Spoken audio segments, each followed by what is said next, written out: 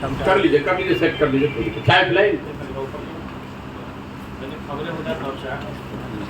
खबर तो जो आप पूछिएगा उसी से खबर बन जाएगी। जो सवाल पूछिएगा, हम तो खबर नहीं बनाते, हम तो आपको सब बोरियत वाला बात बताएंगे। नमस्कार, जैसा कि आपको पता है, पिछले वर्ष 2 अक्टूबर गांधी आश्रम भितिहरवा पश्चिम चंपारण से जन सुराज अभियान के तहत हम लोगों ने एक ये पदयात्रा जो शुरू की है, इसको करीब आज 11 महीने हो गए।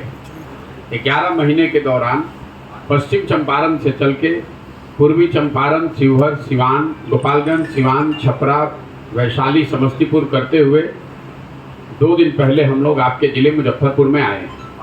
अब आने वाले कई हफ्ते 1 से 1.5 महीने में आपके ज़िले मुजफ्फरपुर में रहूँगा और यहाँ के अभी सकरा प्रखंड से हम लोगों ने शुरू किया है, सारे प्रखंडों में और जितना हो सके वहाँ पर पंचायतों में, गाँव में जाने का प्रयास करेंगे। पदयात्रा के दौरान हम लोग की कोशिश होती है कि जहाँ तक हो सके गांव में ही चला जाए। तो आप ये देखेंगे जो प्रखंड के मुख्यालय हैं या जिला के मुख्यालय हैं, उसमें जाने की संभावना बहुत कम ही रहती है। ऐसा इसलिए कि आगे कभी जब मैं वापस मुजफ्फरपुर आऊँगा तो सकरा हेडक्वार्टर पे या दूसरे प्रखंड हेडक्वार्टर पे जाने की संभावना ज़्यादा है, गाँव में जाने की संभावना कम रहेगी। इसीलिए पदयात्रा का स्वरूप ऐसा है कि जितना हो सके गांव में समय बिताया जाए। तो मुजफ्फरपुर को लेकर मैं अभी आपको कोई अनुभव साझा नहीं करूंगा, क्योंकि अभी तो 2 दिन से चलना शुरू ही किए हैं। जैसे जैसे आगे बढ़ेंगे तो आपको प्रखंड वाइज, पंचायत वाइज, जिले की जो चीज़ हम लोग को देखने में आएगी, बात समझ में आएगी, वो आपको बताएंगे। लेकिन अभी तक 11 महीने का जो अनुभव रहा है और 2 दिन जो मैंने सकरा में देखा, उसका एक संक्षिप्त ब्यौरा आपको दे देते हैं, फिर आप अपने सवाल कर सकते हैं। 11 महीना पैदल चलने के बाद करीब 3500 गांव में हम लोग पैदल चल के गए हैं। मैं ये विश्वास से कह सकता हूं कि बिहार के समाज के नज़रिए से, लोगों के नज़रिए से बेरोजगारी और पलायन यहाँ के लोगों के लिए सबसे बड़ी समस्या है। आप में से कुछ लोगों का ये कहना हो सकता है कि बेरोजगारी और पलायन बड़ी समस्या है, इसके लिए किसी पदयात्रा की ज़रूरत नहीं है, ये तो सबको मालूम है। लेकिन पदयात्रा से हम लोगों ने जो देखा, वो समझ में आई इन दोनों समस्याओं के विकरालता का जो अनुभव हुआ। गांव के गांव बिहार में पूरी तरीके से नवयुवकों से खाली हो गए। ज़्यादातर गांव में, 3500 गांव में जो हम लोग गए हैं, 40 से 50% युवा आज वहां अपने गांव परिवार में रहता ही नहीं है, या पढ़ाई के लिए या फिर मजदूरी के लिए उसको बाहर ही जाना है। जिन प्रखंडों में, पंचायतों में बाढ़ की समस्या है, वहाँ पर पलायन का स्तर 60, 70, 80% तक है। गांव में अगर हम लोग जब जाते हैं तो ज़्यादातर आप देखेंगे महिलाएं, छोटे बच्चे और बड़े बुजुर्ग मिलते हैं। नवयुवकों की संख्या बहुत कम है। पलायन को लेकर एक समाज में अवधारणा है कि गरीब लोग यहाँ मजदूरी करने के लिए बाहर जाते हैं।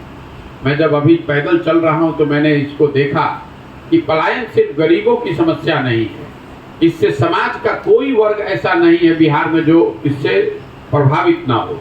जो मध्यम वर्गीय परिवार हैं, जो किसान परिवार है, जो मध्यम वर्गीय परिवार है, नौकरी रोजगार करने वाले लोग हैं, उनको भी अपने परिवार के साथ रहने का सुख नहीं है। परिवार की परिकल्पना ही यहाँ खत्म हो गई है। आपके पास अगर पैसा संसाधन है तो आपके बच्चे पढ़ाई और नौकरी के लिए बाहर जा रहे हैं। आपके पास अगर पैसा संसाधन नहीं है तो आपके बच्चे मजदूरी करने के लिए बाहर जा रहे हैं। लेकिन शायद ही कोई गांव में ऐसा घर मिलता है जिसमें पति पत्नी, माता पिता, बाल बच्चे साथ में रह रहे हैं। दूसरा जो इसका आर्थिक पहलू है, जो लोग पलायन करके जा रहे हैं, ज़्यादातर लोग उसमें 12 से 15 हज़ार रुपया औसतन कमाते हैं और घर पर वो 6 से 8 हज़ार रुपया ही भेज पा रहे हैं। ऐसा नहीं है कि वो बाहर अपने सुख से या अपने, कई बार हम लोग बोलचाल की भाषा में भी, बातचीत में लोग बताते हैं कि यही आदमी बिहार में काम नहीं करता है, बाहर जाकर काम करता है। ऐसी बात नहीं है। जो मुझे समझ में आई, ज़्यादातर लोग जिन्होंने पलायन किया है, जो बाहर गए हैं, वो कहीं ना कहीं मजदूरी के लालच, मजदूरी के पैसे के मजबूरी में गए हुए हैं। उनको ऐसा शौकिया नहीं है। 1-2 बार लड़के ऐसे घूमने चले जाते हैं, वो गए 6 महीने में काम करके चले आए, लेकिन जो निश्चित तौर पर वहां रह के मजदूरी कर रहा है वो अपने शौक से नहीं गया हुआ है। इसी तरह बेरोजगारी की जो समस्या है, बेरोजगारी सिर्फ गरीबों की समस्या नहीं है। यहाँ पैसे वाले जो लोग बिजनेस व्यापार कर रहे हैं, जो बड़े किसान हैं, उनको भी अपने बच्चों के रोजगार के लिए उतनी ही चिंता है जितने गरीब लोगों की है। बेरोजगारी और पलायन के बाद जो दूसरा सबसे बड़ा मुद्दा दिखा वो है शिक्षा व्यवस्था का ध्वस्त हो जाना। बिहार में शिक्षा व्यवस्था बहुत अच्छी कभी नहीं रही है। हम लोग स्वयं बिहार के सरकारी स्कूल से पढ़े हैं, लेकिन पहले प्रखंड अनुमंडल जिला के स्तर पर 2-4 स्कूल ऐसे जरूर होते थे जहां अगर आपने पढ़ाई कर ली तो आपको आगे का जीवन का रास्ता निकल सकता है। आज जो स्थिति है, जिले के जिले कोई ऐसा हाई स्कूल, मध्य विद्यालय, उच्च विद्यालय नहीं है जिसके बारे में लोग बता रहे हों कि भैया यहाँ अच्छी पढ़ाई होती है। कई बार हमको आपको ऐसा लगता है जो चर्चा में है कि शिक्षकों की गुणवत्ता या उनकी जो ईमानदारी है उसको लेकर शिक्षा व्यवस्था बिहार में खराब हो गई है। मैं आपको ये बिल्कुल दावे से बता सकता हूँ कि शिक्षकों की गुणवत्ता इस पूरी समस्या का एक छोटा पहलू है। ये बात सही नहीं है कि शिक्षा व्यवस्था शिक्षकों की गुणवत्ता की वजह से खराब हो गई है। अगर ऐसा होता तो बिहार में जो कॉलेज चल रहे हैं, कॉलेज में तो शिक्षा मित्र नहीं है, कॉलेज में तो नियमित शिक्षक हैं, कॉलेज में कोई बिल्डिंग ग्राउंड की दिक्कत नहीं है, वहाँ पर 10,000 बच्चे भी हैं, लेकिन वहाँ पर भी पढ़ाई नहीं हो रही है। इसके मूल में वजह ये है जो मेरी समझ में आई कि पिछले 15-20 सालों में समता मूलक शिक्षा नीति बनाने के चक्कर में हर गांव, हर प्रखंड में विद्यालय के नाम पर भवन बना दिए गए और इन भवनों से कुछ न कुछ लाभ का वितरण किया जा रहा है। चाहे खिचड़ी खिलाया जा रहा है, ड्रेस के लिए, साइकिल के लिए पैसा दिया जा रहा है। तो विद्यालयों की जो छवि है समाज में वो बन गई है खिचड़ी बांटने के सेंटर के तौर पर, और जो कॉलेज है उसकी छवि बन गई है डिग्री बांटने का सेंटर। ना पढ़ाई कॉलेज में हो रहा है ना स्कूल में हो रहा है। मैं एक लाइन में कहूँ तो मेरी अपनी समझ ये है कि विद्यालयों से खिचड़ी बट रही है, कॉलेज से डिग्री बट रही है, पढ़ाई दोनों में कहीं नहीं हो रहा है।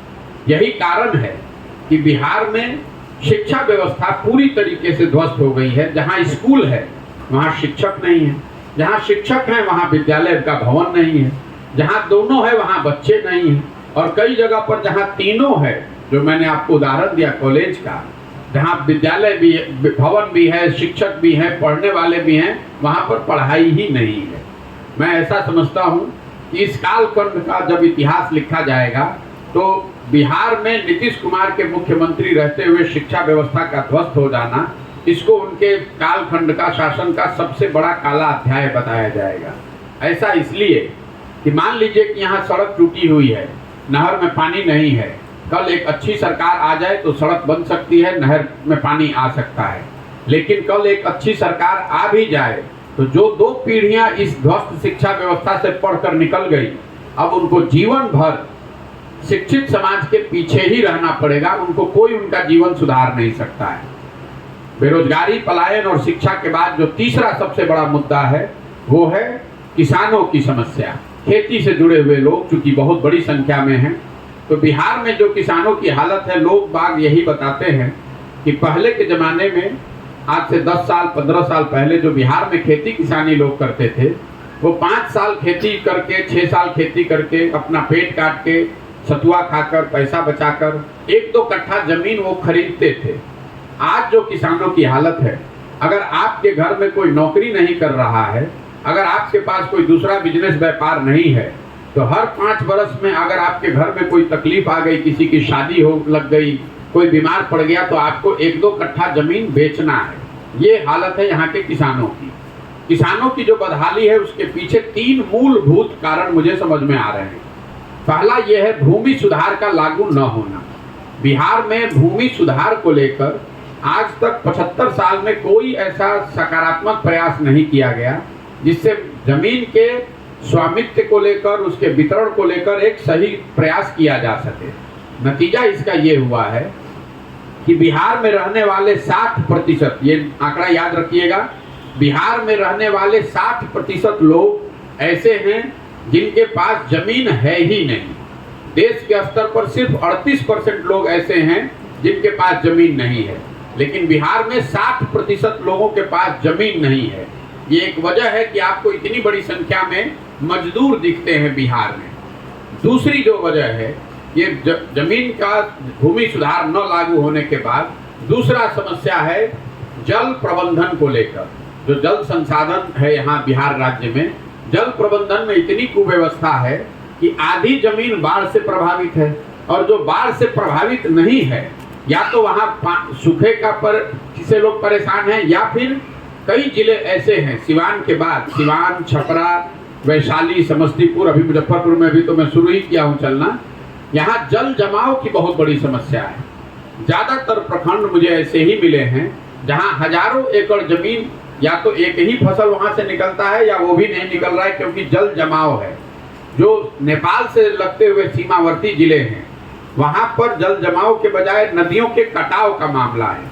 कुल मिला जुला कर स्थिति ये है कि या तो किसान बाढ़ से प्रभावित है या फिर जल जमाव से प्रभावित है, और अगर दोनों से बचा तो सूखे से परेशानी है। अभी 10 दिन पहले तक, अभी जो बारिश शुरू हुई है, इससे पहले तक मैं समस्तीपुर में चल रहा था, लोगों को पीने के पानी के लिए भी परेशानी हो रही थी। जल का स्तर नीचे चला गया है। जो जिन लोगों ने बुआई कर दी थी वो उनका खेत सूख रहा था। अभी थोड़ी बारिश हुई है तो लोग राहत बता रहे हैं। इन दो चीजों के बाद जो सबसे बड़ी समस्या किसानों की है वो है उनके फसल का उचित दाम न मिलना। बिहार में जो जमीन की समस्या है, सिंचाई की समस्या है, बाढ़ की समस्या है, इसके बावजूद जो किसान पैदा करता है उसको उसकी उचित कीमत फसल की नहीं मिलती है।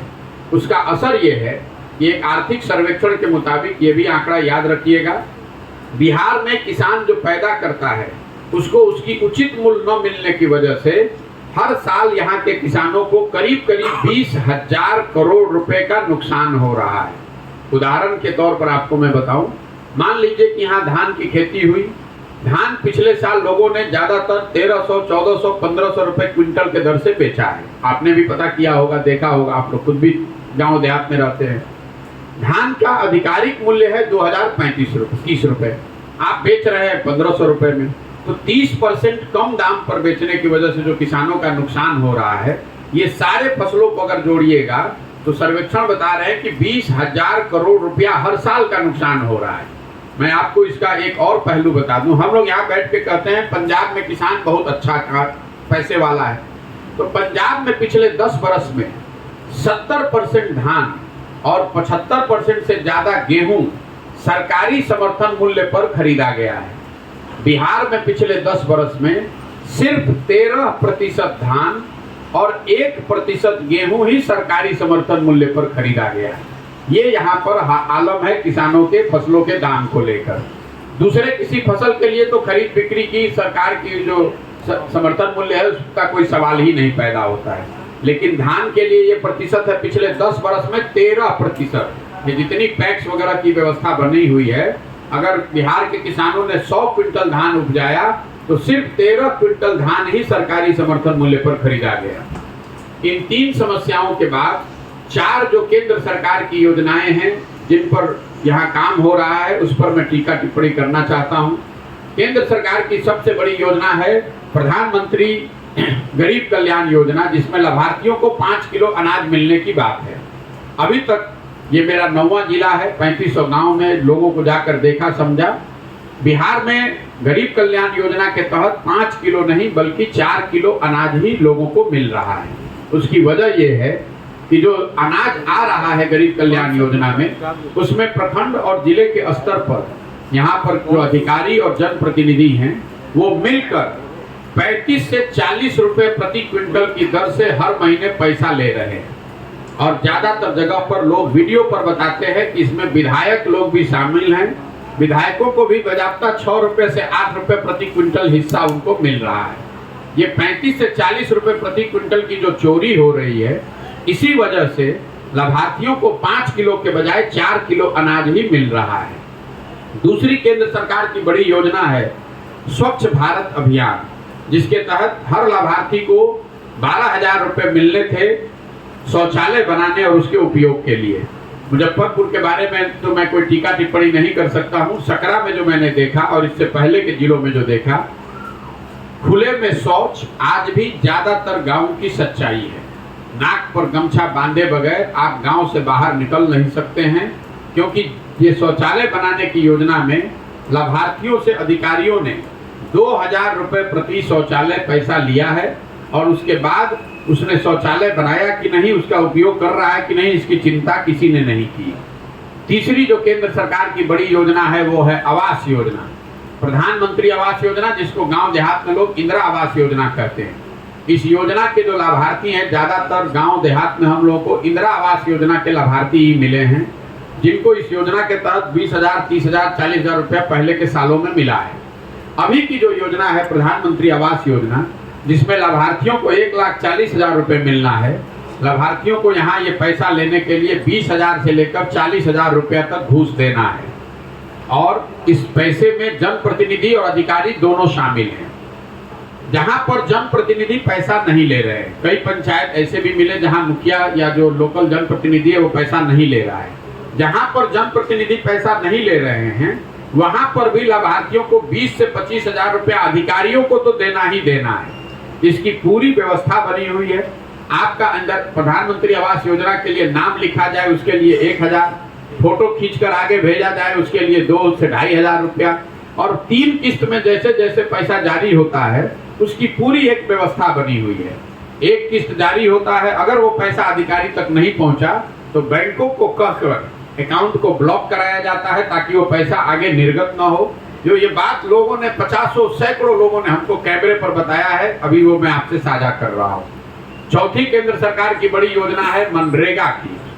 मैं जब चलना शुरू किया था तो मेरा अपना अनुमान था कि बिहार में जितनी गरीबी है, जितने भूमिहीन लोग मजदूर हैं, हमको बहुत ज्यादा मनरेगा का काम होता दिखेगा।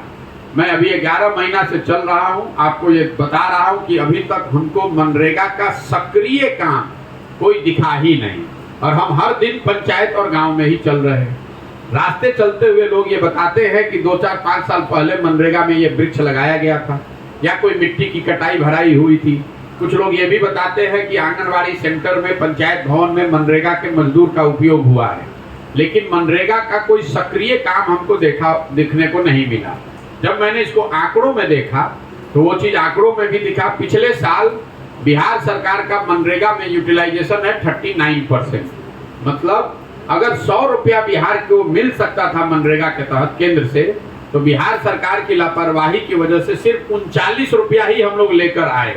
61 रुपया तो दिल्ली में हमने सरेंडर कर दिया, और जो 39 रुपया लेकर आए, मनरेगा में 40 से 50% की दर से पीसी काटा जा रहा है। तो मिला जुलाकर 100 रुपया जो मनरेगा के तहत लोगों को मिलना चाहिए था, उसके बदले में लोगों को 20 से 25 रुपया ही उस वर्ष काम मिला है। ये 4 केंद्र सरकार की योजनाओं के बाद मैं राज्य सरकार की कुछ योजना जो चल रही है उस पर टीका टिप्पणी करूंगा।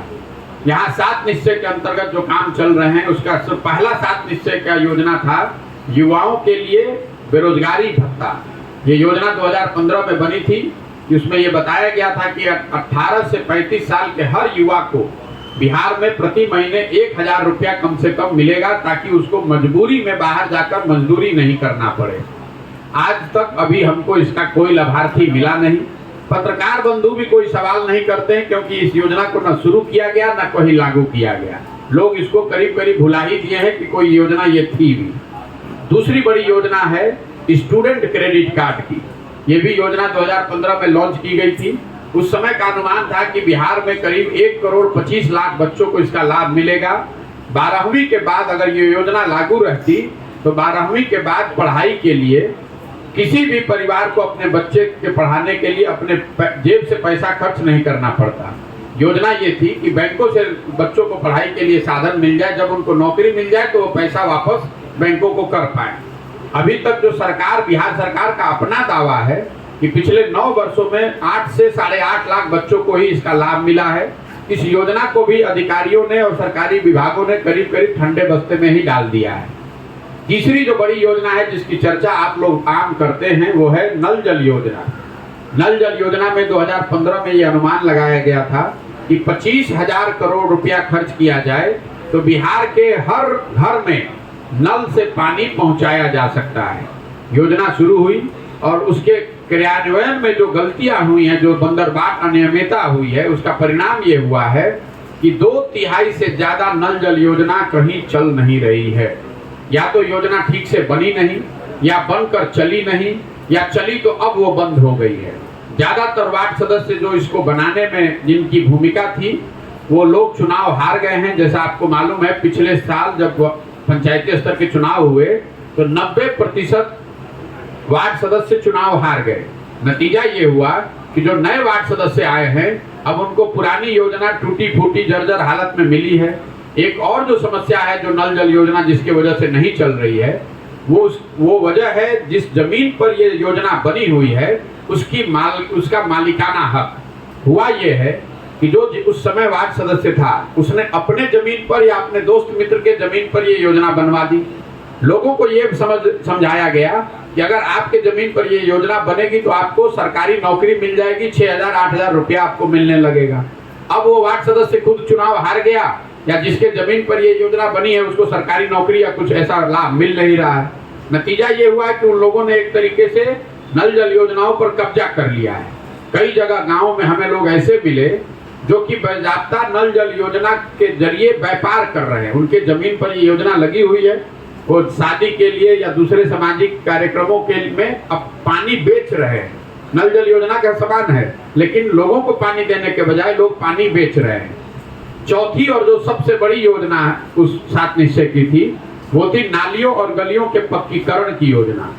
2015 का अनुमान था कि 5 वर्ष में 80,000 करोड़ रुपया खर्च किया जाएगा ताकि बिहार के हर घर के नाली का पक्कीकरण किया जाए। उन नालियों को लाकर एक बड़े नाले से गांव में जोड़ा जाए और उस बड़े नाले के जरिए पानी को बाहर निकाला जाए। जो मुझे गांव में दिखा, घरों के नालियों का कहीं कोई पक्कीकरण नहीं हुआ है। गांव में बड़े नाले रोड के किनारे जरूर कुछ बनाए गए हैं, लेकिन इन नालों को ना घरों के नालियों से जोड़ा गया, ना इन बड़ों नालों से पानी को बाहर निकालकर निस्तारण की व्यवस्था की गई। नतीजा ये हुआ है कि ज्यादातर गांव में ये बड़े नाले कूड़ेदान में परिवर्तित हो गए हैं। इसके अलावा 2 क्षेत्र है जहां हमको सुधार दिखा। पहला है बिजली। बिजली हर जगह जरूर आ गई है। जहां पर भी हम लोग गए, जिस गांव, जिस पंचायत, प्रखंड, टोले में गए हैं, बिजली हर घर में पहुंच गई है। लेकिन बिजली को लेकर मैं पदयात्रा के पहले शुरुआती दिनों से जो बता रहा हूं कि लोगों की नजर में बड़ी समस्या ये हो गई है कि उनका जो बिल आ रहा है वो बढ़ा हुआ या गलत आ रहा है। आपने जो कटिहार बरसोई में घटना देखी है जिसमें गोली चला और 3 लोगों की दुखद मृत्यु हुई है, वो इसी चीज का द्योतक है। मैं ये 6-8 महीने से बता रहा हूँ कि बिहार में जो गलत बिजली का बिल आ रहा है, अगर इसका समाधान नहीं निकाला गया तो आप आने वाले समय में इसको बड़े सामाजिक राजनीतिक चुनौती के तौर में चुनौती के तौर पर देखेंगे। ऐसा इसलिए कि लोगों का बिल आ रहा है 6,000, 8,000, 25, 50, 60, 70,000, कई जगह तो लोग 1-1 लाख रुपए का भी बिल लेकर आए दिखाने के लिए। जहां एक बार आपका गलत बिल आ गया तो आप DCLR और लोक अदालत का चक्कर लगाते रहिए। कई लोग ऐसे भी मिले जिनका बिजली का बिल भुगतान नहीं होने की वजह से जिन पर फौजदारी का मुकदमा हो गया है और लोग अपना घर परिवार छोड़कर छुप कर भाग कर रह रहे हैं। दूसरा जो क्षेत्र है जिसमें सुधार दिखा वो है सड़क। सड़क निश्चित तौर पर जो राष्ट्रीय और राजकीय राज्य मार्ग हैं, जो नेशनल और स्टेट हाईवे है, उसमें निश्चित तौर पर सुधार हुआ है और लोग इस बात को बता भी रहे हैं। लेकिन जो ग्रामीण सड़क है, ग्रामीण कार्य विभाग REO का जो सड़क है, पंचायती राज का सड़क, प्रधानमंत्री मुख्यमंत्री संपर्क योजना के तहत बनाए गए सड़कों की हालत करीब करीब वही है जो लालू जी के राज में होती थी। ग्रामीण सड़कों की हालत बिल्कुल बदहाल है। इसके बाद जो 2 उद्योग जो बिहार में चल रहे हैं, बाकी सारे फैक्ट्री बिहार में बंद हैं। जहां पर भी हम गए, चाहे वो समस्तीपुर हो, उससे पहले मोतिहारी है, सिवान है, कोई ऐसा जिला नहीं है जहां पर 1, 2, 3, 4 बड़े उद्योगों के बंद होने की बात लोग नहीं बताते हैं। लेकिन जो 2 उद्योग है जिसमें सबसे ज्यादा लोग काम कर रहे हैं वो है शराब का और बालू का अवैध कारोबार। हर गांव में 2, 4, 5, 10 लोग ऐसे मिल जाते हैं जिनके बारे में लोग बताते हैं कि या तो ये शराब के अवैध कारोबार से जुड़े हुए हैं या बालू का जो अवैध कारोबार हो रहा है उससे चल रहे हैं। रास्ते में अगर आपको 10 ट्रक मिलता है तो उसमें गारंटेड तौर पर आपको आ सकते हैं कि आधे से ज्यादा ट्रक बालू के कारोबार में ही लगे हुए हैं। तो बिहार में 2 ही उद्योग चल रहा है, शराब और बालू का अवैध कारोबार। और कोई उद्योग नया कोई लगा हो, मुझे अभी 9 जिलों में कोई मिला नहीं कि भैया ये नई फैक्ट्री लगी है, नया उद्योग लगा है, ऐसा मुझे अभी तक दिखा नहीं। हर जगह लोग यही दिखा रहे हैं कि ये फैक्ट्री होती थी जो बंद हो गई। चाहे वो चीनी मिल का बात हो, जूट मिल की बात हो, कागज फैक्ट्री की बात हो, सीमेंट फैक्ट्री की बात हो, जो भी पहले से यहाँ उद्योग चल रहे थे वो करीब करीब सब बंद हो गए हैं। एक और जो समस्या अभी मैं पिछले 4-5 महीनों से ज्यादा सुन रहा हूँ फरवरी के बाद से, वो है बिगड़ती हुई कानून व्यवस्था। जब मैंने चलना शुरू किया था तो लोग ये बताते थे कि महागठबंधन की सरकार बनी है, देखिए शायद कानून व्यवस्था का क्या होगा। लोगों के मन में आशंका थी, डर था। फरवरी के बाद जब मैं सिवान में इंटर किया हूँ, सिवान के बाद से जिलों में अब लोगों का करीब करीब ये विश्वास हो गया है कि लॉ एंड ऑर्डर की जो हालात है वो बिगड़ा है, बहुत ज्यादा बिगड़ा है। समस्तीपुर में तो हर दिन मुझे कोई ना कोई मर्डर, अपहरण, डकैती इस तरह की घटना सुनने को मिली। और हर दिन अब मैं जैसे जैसे पदयात्रा में आगे बढ़ रहा हूँ तो लॉ एंड ऑर्डर को लेकर लोगों की जो चिंताएं थी वो जमीन पर दिख रही है कि वो चिंता उनकी, अभी आप देख रहे हैं 4 दिन पहले एक थानेदार को मार दिया गया समस्तीपुर में। तो ये रोज की घटना होती जा रही है। 3 शब्द जो सबसे ज्यादा सुने गए पदयात्रा के दौरान वो है सरकारी अफसरों का जंगल राज, अफसरों की मनमानी से, अफसरशाही से परेशान जनता। दूसरा है सरकारी विभागों में फैला हुआ भ्रष्टाचार, और तीसरा है हर योजना में व्यवस्थित तरीके से काटे जाने वाला पीसी। यहाँ हर आदमी, चाहे आप बड़े हो, छोटे हो, आर्थिक तौर पे मजबूत हो, कमजोर हो, जनप्रतिनिधि हो, हर आदमी बता रहा है कि सरकार में अफसरों की ही मनमानी है। जो अफसर चाहेगा वही होगा। अफसरों का लोग हमको बताते हैं कि भैया ये अफसरों का जंगल राज है। बिहार ने अपराधियों का जंगल राज देखा है, अभी अफसरों का जंगल राज है। दूसरी जो भ्रष्टाचार का आलम है, पहले कुछ ये व्यवस्था 2005 के बाद सुधरती दिखी थी, अभी लोगों के नजरिए से कोई ऐसा सरकारी काम नहीं है जो बिना पैसा दिए हुए आप करा सकते हैं। चाहे आपको जमीन का रसीद कटवाना है, जातीय प्रमाण पत्र चाहिए, जन्म मृत्यु प्रमाण पत्र चाहिए, पासपोर्ट बनाना हो, थाने में FIR करना हो, कोई भी ऐसा काम नहीं है जो कि बिना पैसा दिए हुए आप बिहार में करा सकते हैं। और तीसरा जो नया शब्द मैं सुन रहा हूँ बिहार में, मैं भी यहाँ 5 वर्ष पहले आया था, वो है पीसी। कोई भी ऐसी योजना नहीं है, चाहे वो केंद्र सरकार की योजना हो या राज्य सरकार की। एक व्यवस्था बन गई है कि एक सर्टेन परसेंटेज 10% से लेकर 40% तक वो पैसा काटा ही जाएगा और वो पैसा अधिकारियों और जनप्रतिनिधियों में बटेगा। मोटे तौर पर ये अभी तक का मेरा अनुभव रहा है। अब आपका जो